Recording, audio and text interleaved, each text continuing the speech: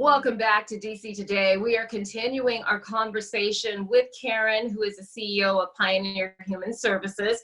And we were talking about what's going on in Seattle, your organization.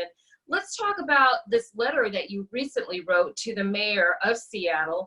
Why did you write this letter, and what are you asking for? And why is this a moment that you are hoping finally, legislators will start really taking a look and being active in giving you some money for the services that you provide?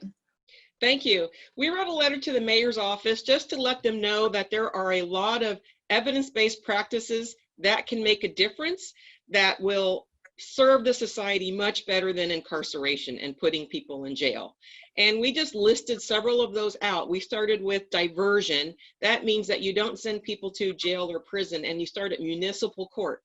And so we talked about municipal court drug diversion programs. We talked about pre-entry and diversion services. Again, keeping people out of prison in the first place from their very first interaction with the justice system.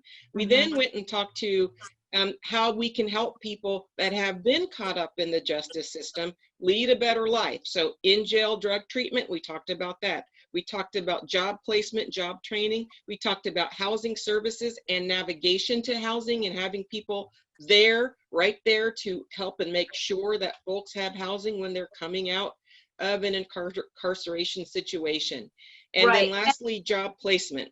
Okay, and so this falls in line with a lot of what the protesters are asking for, and that's the defunding of police. So is that where Pioneer Human Services can come in and make some leeway and look at another alternative as opposed to, and I want to specifically talk about our Black population, those that are incarcerated. So is this another way?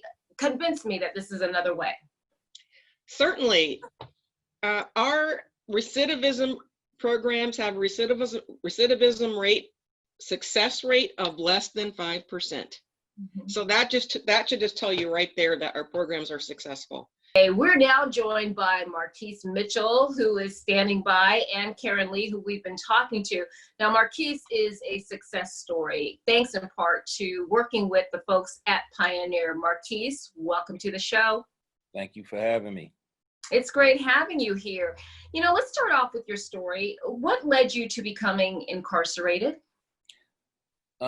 Just dealing with the circumstances that I was growing up in, and I didn't have anything or didn't have much growing up. So, I took to the streets at an early age and was just out there doing my thing. And, at a young age, we do a lot of stupid things. So, yeah, I was caught in that whole whirlwind and,